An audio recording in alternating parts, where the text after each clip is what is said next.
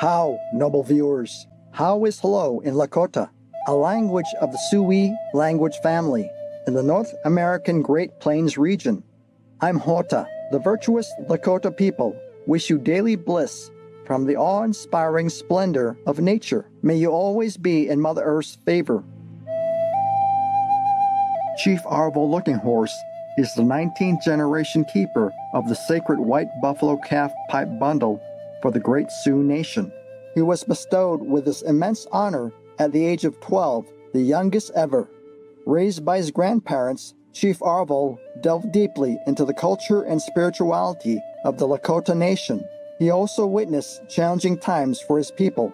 This, coupled with his sacred duty as spiritual leader for the Lakota, Dakota, and Nakota nations, inspired him to work for a profound change in the world towards peace and increased recognition of the indigenous people's beautiful way of life. Chief Arvol Looking Horse has spoken internationally, focusing on creating an energy of global unity and renewed stewardship of Mother Earth. Among his many harmonizing efforts are the establishment in 1996 of the annual World Peace and Prayer Day on June 21st, and his important book, White Buffalo Teachings. Chief Arvol Looking Horse's book, White Buffalo Teachings, shares ancient indigenous wisdom, prophecies, and warnings about this crucial time on our planet, a time that requires our clear and unwavering choice for a positive world change. Let us now read an excerpt from the eye-opening insights by the Honorable Chief Arvol Looking Horse.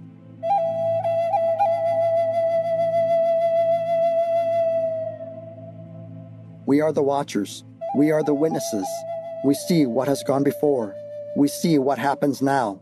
At this dangerous moment in human history, we see what's going to happen, what will surely happen unless we come together. We, the peoples of all nations, to restore peace, harmony, and balance to the earth, our mother.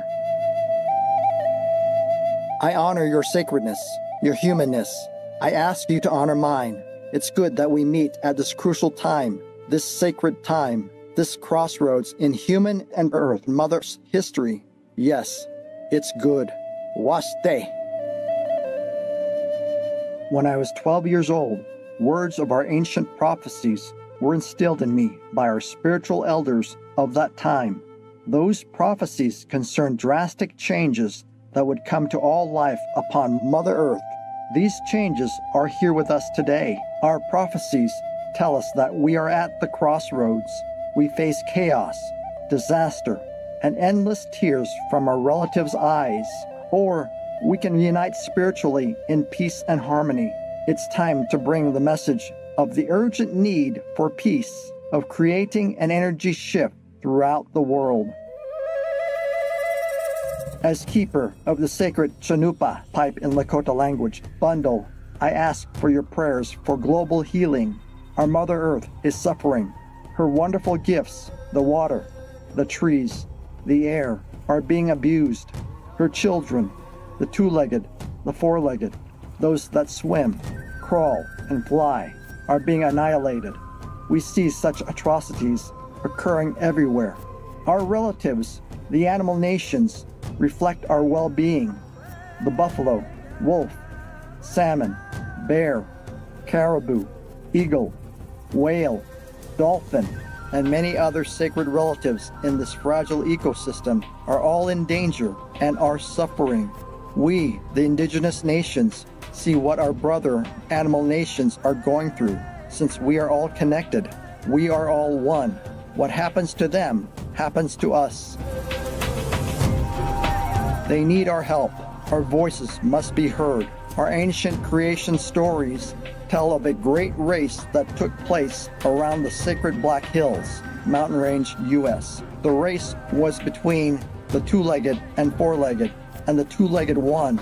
A great council began between them to discuss how life would sustain itself from then on, ensuring balance and harmony. Another teaching told that when a buffalo was wounded or sick, the others would circle around him to help him stand.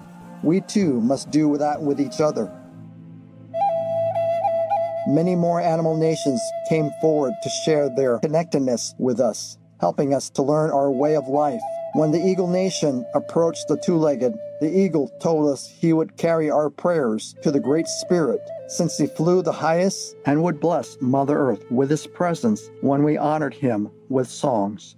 If our prayers became too short and few, he warned, he'd be forced to fly lower to hear them, traveling to places where he was never seen before, losing his boundaries. Today, when our prayers are so few and people no longer respect Mother Earth or each other's boundaries, we see the fulfillment of the warning. The Eagle Nation is now being seen in trash pits and dump sites. They've forgotten their normal flight ways and lost their boundaries. What happens to them happens to us. This new millennium will usher in an age of harmony, or it will bring the end of life as we know it.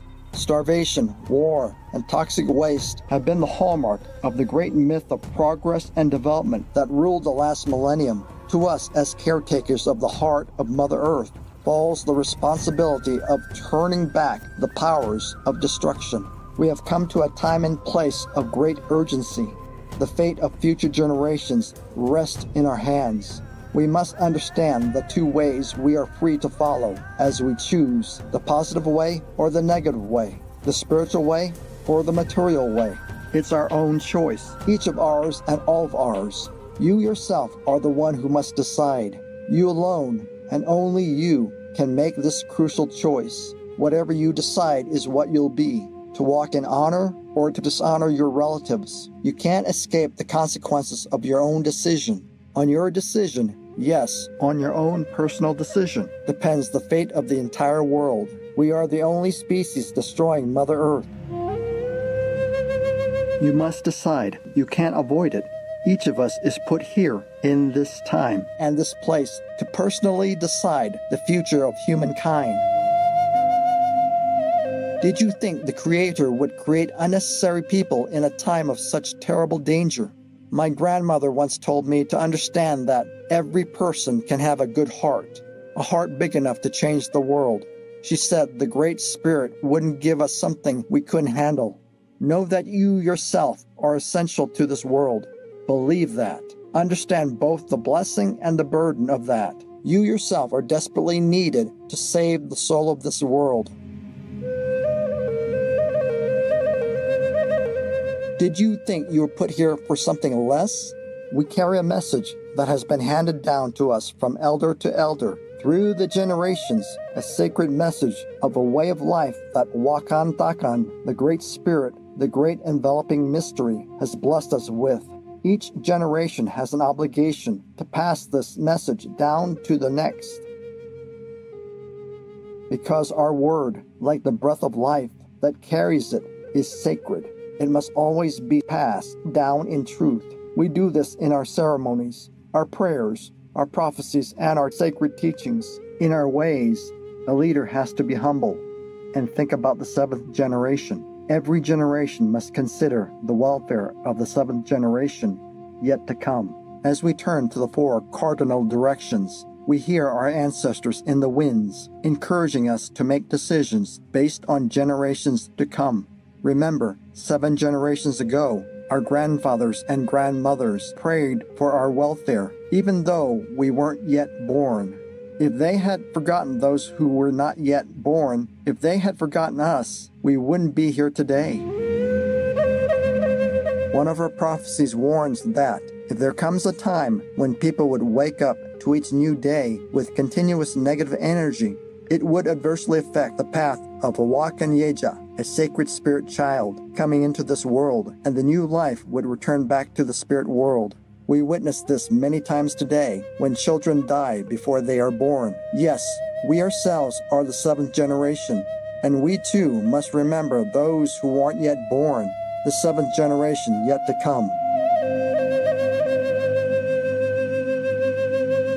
Free-spirited viewers, we appreciate your company on today's Words of Wisdom.